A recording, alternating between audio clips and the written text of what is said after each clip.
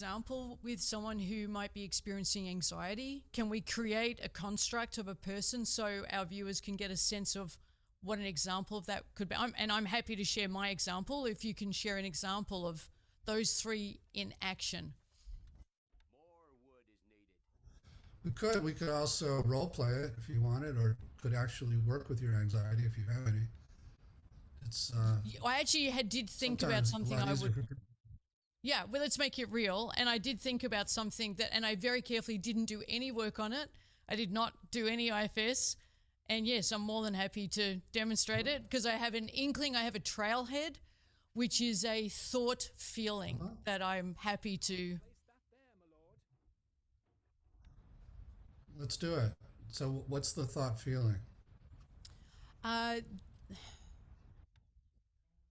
A feeling here in my gut sometimes, high in my gut and sometimes low, of righteousness or needing to be right, needing to correct and make it right. And there's a tension around it, Dick. Like there's a tension, like this has got to be right. Yeah, it's got to happen right away, right? Is it got to happen right away? Yes, there's an urgency to it as well. Yes, there is an urgency. So as you notice all that in your gut, Sharon, how do you feel toward that part of you? I don't feel anything towards it just yet. Hang on. It just is. Well, in other words, it just is. You don't have an attitude about it. You don't want to get rid of it, or you just notice it. No, I want to understand it. I want to understand it. It just is, and I would love to understand it. Yeah. I certainly don't feel anything negative towards it at all. It's part of me. Great. So focus on it again down there and let it know you're curious about it, and just ask what it wants you to know about itself, and wait for the answer. Don't think of the answer. Just wait for an answer to come from that place.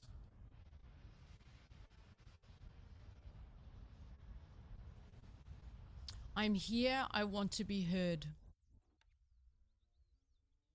Okay. Are you open to hearing it? Yeah. So let it know you're ready, and just see what it wants you to hear.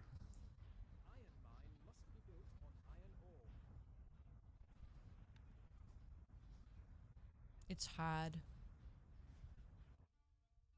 I work hard. There's a lot to think about. This part works hard? Yeah, I'm just hearing what it's saying. I work hard. There's a lot to think about. It's a tough job. Someone's got to do it. Right. And Sharon, ask it what it's afraid would happen if it didn't do this tough job.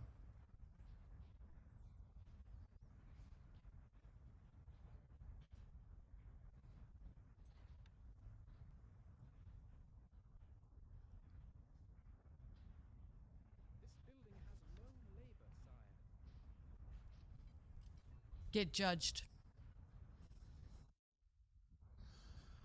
Yeah, so you'd make a mistake and get judged, or how would you get judged?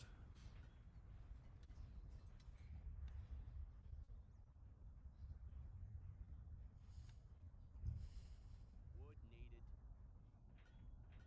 Is it okay that I just take a moment? Because it takes a while for this to happen for me. Yeah, I'm just going to go inside and be.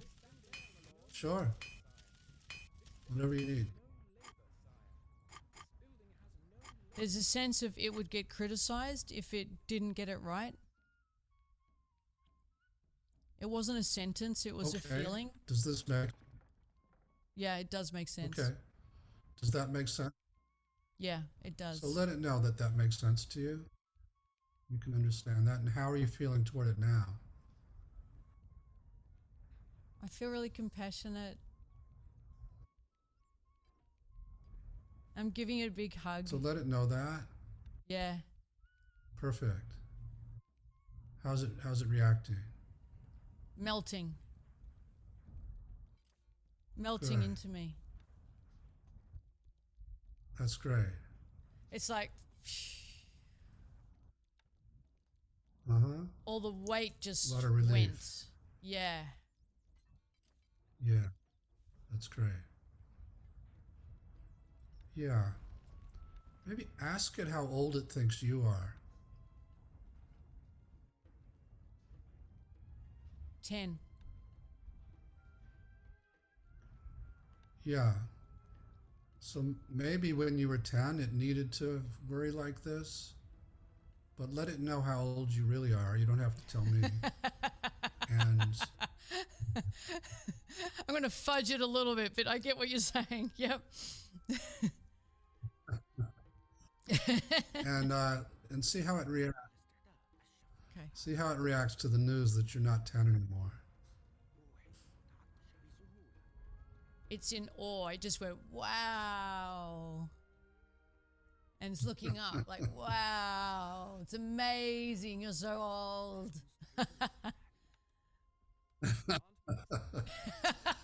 Yeah, but let it know. What? It's finding it funny that I'm that old.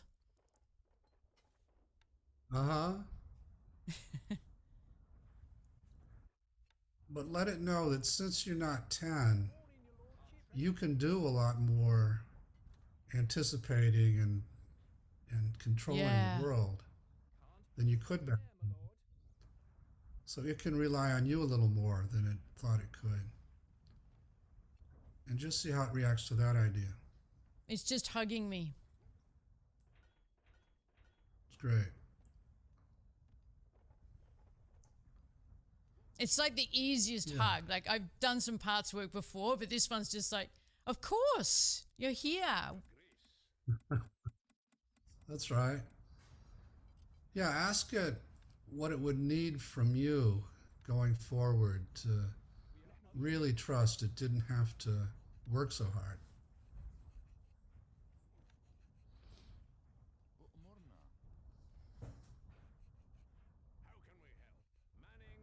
To know that I love it. Huh? That's the strongest message I've got from, wow. To know I love you. Yeah. Yeah. So Sharon, are you good with that? Can you Yeah. reassure this Done. part? Yes, I am. So tell the part you're going to do that for it. Yep. I'm doing it right now. Fantastic.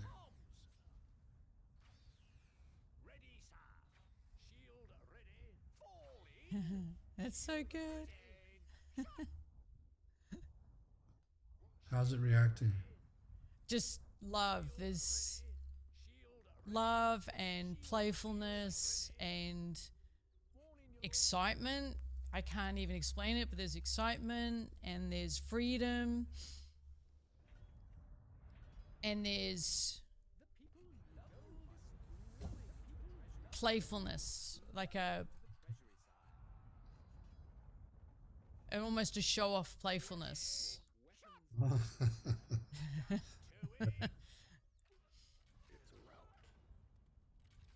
Wow.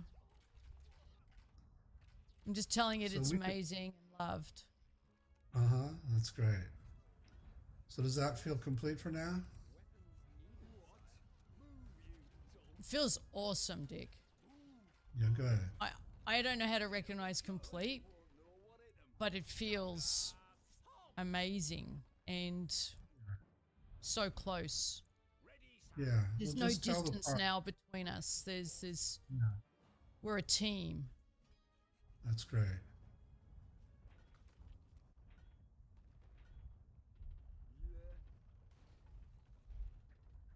And then tell the part. Just that you're going to follow up on it every day. You're going to remind it that you love it. At least for a month. Yeah. Yeah.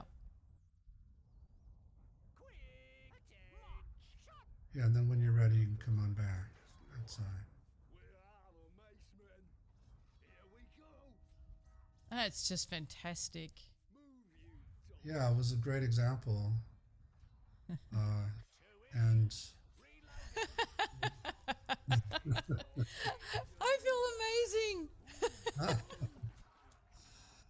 yeah, that's Goodness. wonderful. And yeah, Thank you. you're welcome. Thank you. It's a great demonstration of the work. I'm still there a little bit, just enjoying. Uh-huh. I don't want to drag you away. Yeah. I just feel really tingly. Oh my God, my fingers feel electric. That's what we call self-energy. When you help a part like that, it opens the channels for this energy to flow through your body. I read about it and I was feeling kind of ripped off because it never happened for me when I've done my parts work. So, oh my God, I feel all tingly and it's all electric. It's like, you know that when you touch static? Yeah. Feels all static all down my hands. Yeah. Ow. Yeah, so that'll be more accessible to you now because that little worry part was blocking it. Okay, I just need to have people know who are watching this. It's real, right? this is very extraordinary feeling. It's still It's a there very- as strong as... It's a very healing energy. And that's part of how you know when yourself is in your body, because you'll start to feel more of that. So everything feels like it's static and electric. Uh-huh. I know you know this, but this is... I'm having quite the trip right now. Very cool. Wow, that is extraordinary. Thank you. Thank you. I was very happy to do it with you. Oh, wow. Okay, coming back. And that just stays? I just get to have this? Well, yeah, you got to keep taking care of that little part, and there might be other parts that'll block it at different points for different reasons. Yeah. Yeah. But it's just there. It's just in you and around you. It's so good. If you're not feeling it, then you just track down the part that's blocking. Okay. It's like the best investigation you can ever do for yourself on yourself. That's how I look at it. That's right. Wow, it's very powerful, Dick. That feels extraordinary. Yeah, as I go through my day, I'm noticing how much of that I'm feeling, and if I'm not feeling much, I'll just find, like, there are my usual suspects in my forehead and on my shoulders, and I'll notice them and I'll just remind them they can relax, and then I just feel it moving into my body. Yes, yes. I've started doing that with a couple of parts. I visit them every day and have been for a month. And we're getting on really well. But this level of charge, this is new. Wow, okay. Next question.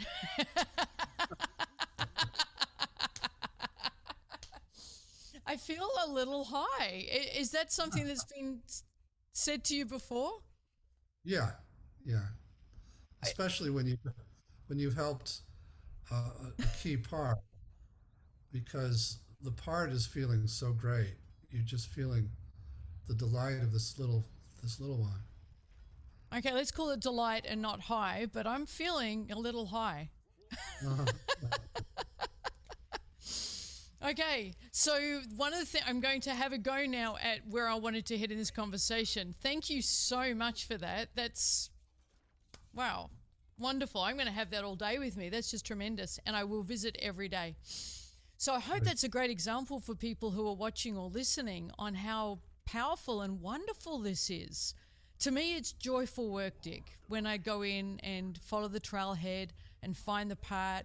And what I love, and I hope that's demonstrated, is it would be so easy on the surface to judge that part. Oh my God, you need to knock it off. And why am I always so blank? And I wish I wasn't. And oh God, I've done it again. And instead, if we now know how to embrace it and get to know it and find out its positive intention, we realize all along it was on our team, but it was doing it at the age at which it learned how to protect us. That's exactly right. Very well said, Sharon. And I was kind of surprised when I asked you how you feel toward it, that you didn't say something like that. I'm annoyed by it, or I wish it would go away. Because most people do. That's the first thing most people say. Yeah, they do. I've been doing a bit of work in IFS for a while. I'll give you the heads up. And I think even before I knew IFS, I realized I've got to love all of me. And one of the things they teach in coaching is to reject any emotional aspect of ourselves is to reject ourselves. And the path to self-love is to accept all of us, even the bits that we don't understand or relate with. That's partly why I'm so excited to bring this to coaching and why I'm so excited to talk to you. Because I think in some ways, more than psychotherapy, IFS is a really good match for the philosophy of coaching. Yeah. We'll get to that because I'll share with you soon how I'm bringing IFS or aspects of it for non-clinical populations to coaching, because there are aspects of it I've already pulled and we're starting to put into the curriculum, and I'd love to chat with you about it. So we've got exiles who see the world as dangerous, possibly, and they're probably more delicate. Then we have the managers or protectors who have no tolerance for fear or shamefulness or emotional pain, and they'll do anything to hide the exile. It's almost like they're a guardian is the way I picture them. That's right. Yeah. There's a lot of common manager roles. So there is. There are managers that keep you in your head all the time and don't let you feel your body and keep you intellectual. And then there are managers, particularly for women, who take care of everybody and never let you take care of yourself. And there are managers who scan for danger all the time and are a little hypervigilant, and so on and so on. And there's a lot of, and again, they're just the roles these, like yours, was just forced into. But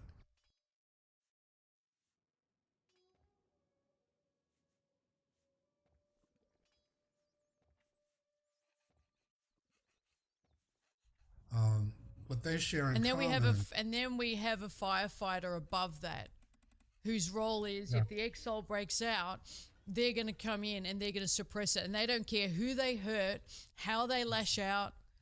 Collateral damage means nothing to them. That's right.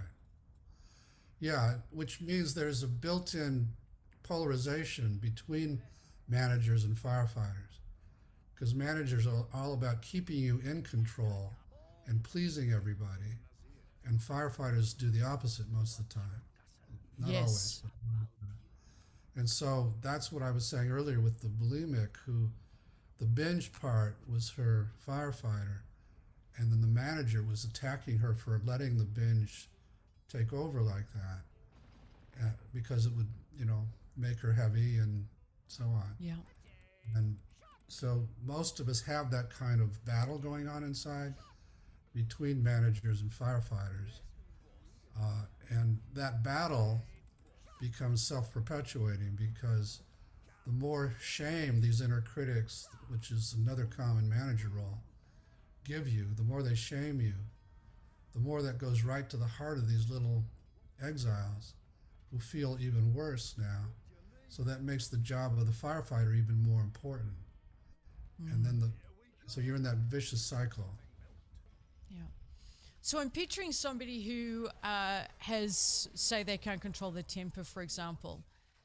If I was to put that in IFS narrative, I possibly would sense See what this gives me, Dick. This is another great gift of it. You'll never see anybody else the same way again.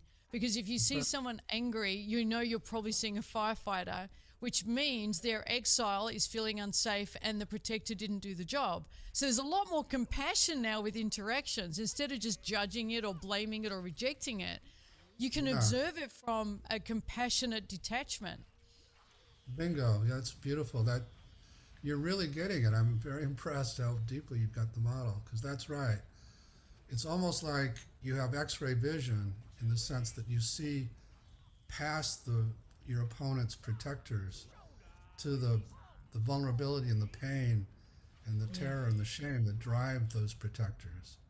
And you can have compassion, which doesn't mean you don't stand up to that person, but you can stand up to that person from self. We haven't talked about this yet, but we're getting to self, definitely. Okay, so as I was seeing this in everybody, this was like the same person would pop out when parts would open space. I started to catalog the qualities that would come out in that person, and that would be things like calm and curiosity and confidence, compassion, and as you're getting, they all begin with the letter C. Courage, clarity, creativity, connectedness, and connectedness. And three of those, confidence, clarity, and courage, means that self can be very forceful and clear and can take a stand, but with compassion, with compassion. And that's, you know, when I work with leaders, I'm working with lots of social activists now. And many of them have these very angry, judgmental parts that they do their activism from that motivates them. And we're getting those parts to relax, similarly to how we had your anxiety part relax, and trust their self to do their activism. And when they do that, they're just much more effective activists. So could we go so far as to say some activists are activists because they don't know how to manage their internal journey? Yeah, a lot of activists got hurt somehow, or had a trauma, and had a part say, "I'm going to make sure this doesn't happen to other people." Yes, and that's driven them, which is great. You know, it's great that it's got them where they can do this, but it also polarizes.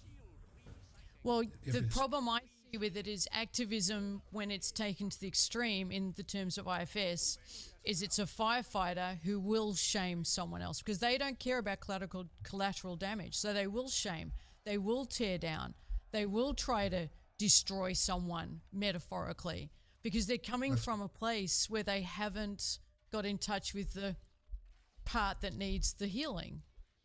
That's right. So they're going to keep using the world as a landscape to resolve, which only can be resolved through this internal journey.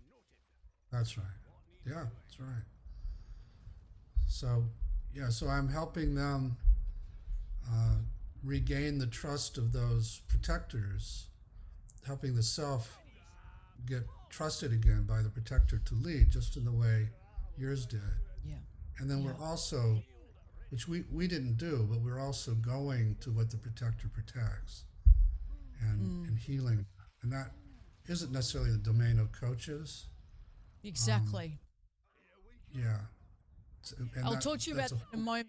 We'll talk about true self now, and then I'd love to chat with you about how coaching and coaches can integrate IFS, because I do see some very strong parallels that are beautiful. So our self, I call it our true self in our trainings. You call it the self with a capital S. Can you walk us through, can you introduce us to this phenomenal, remarkable truth that we all have a self? It's fantastic.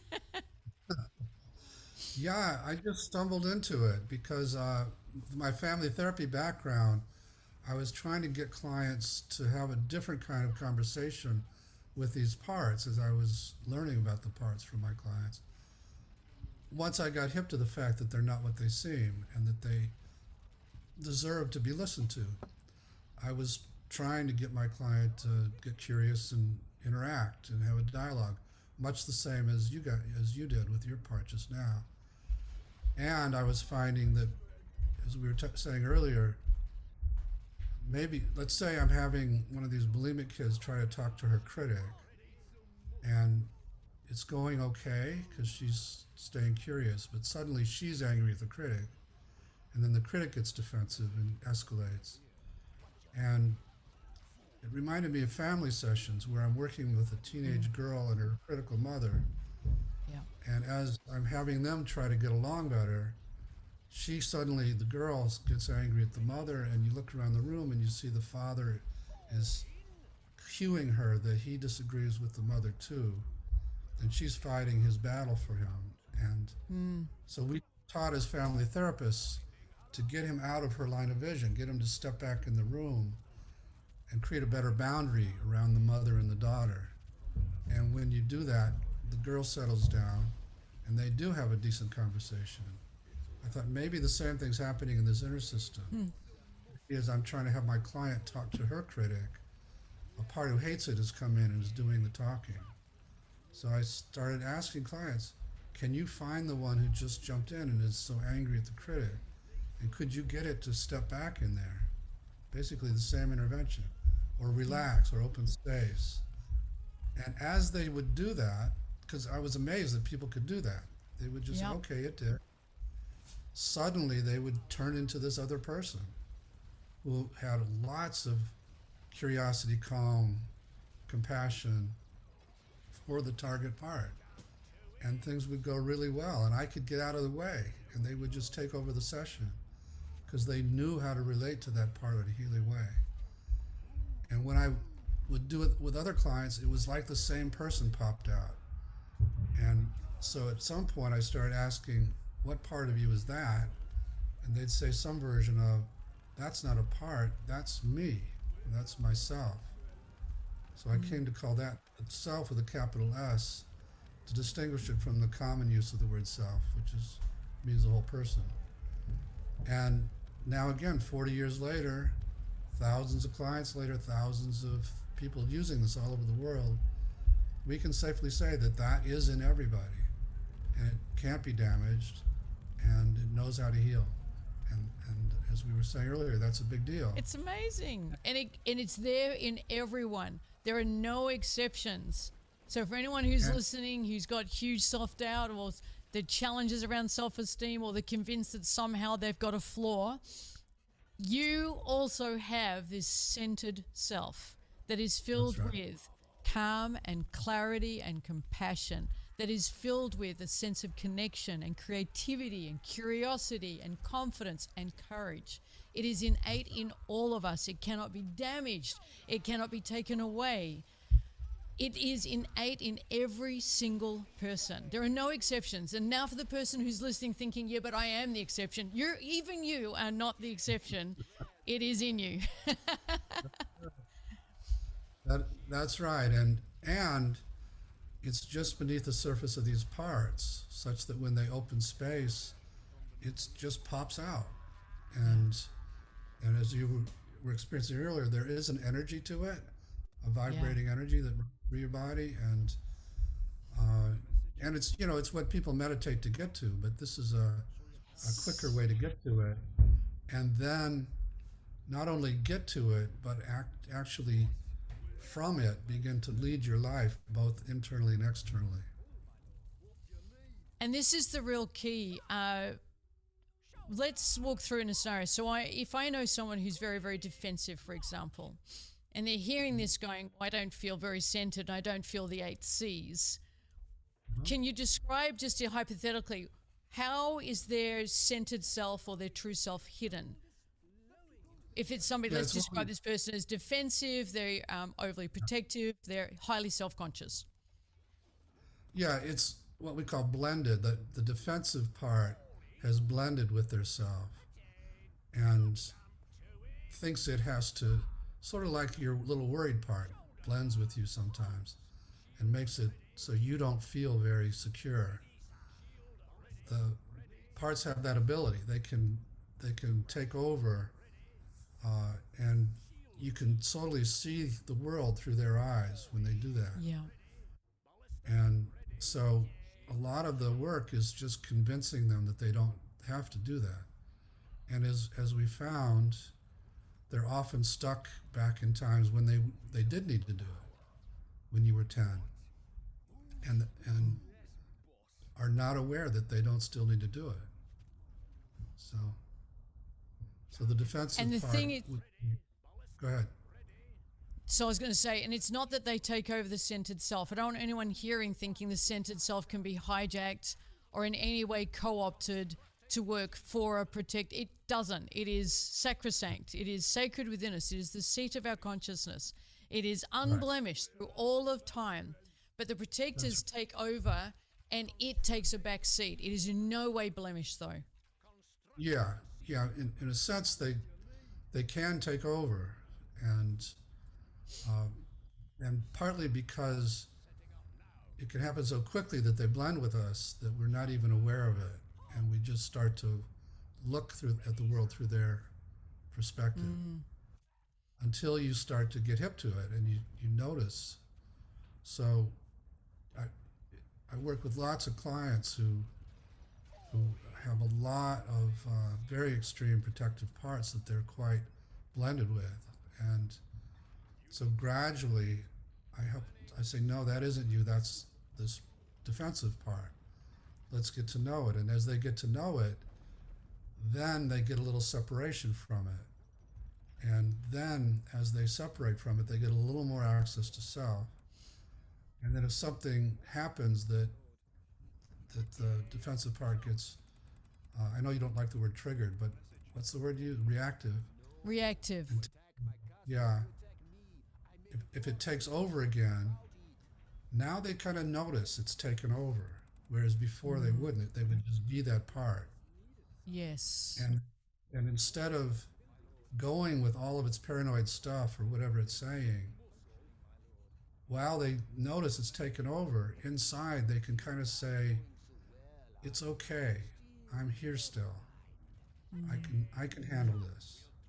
And so that becomes the way to handle your anger, rather than all the, affect regulation skills that you have to learn, all that stuff. Yes. And the way you put it, Dick, is we're going to learn to speak for our parts instead of from them. And I love that distinction. So rather than just feeling reactive and then acting on that reactivity, it's that cause and effect. I feel it, so I'm going to say it. It's hang on. Right. I feel it. Reassure it.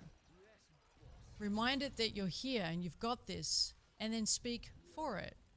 And just say, I'm feeling, part of me is feeling, whatever it's feeling, part of me is feeling tense right now, or part of me is feeling upset with the way that you put that. And it's really feeling uncared for. So I'm just going to take a moment.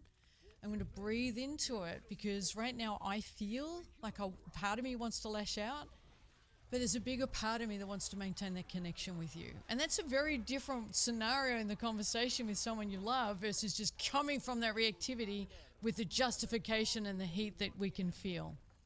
Yeah, I'm continually impressed with how deeply you know the model. So I'm very happy about that.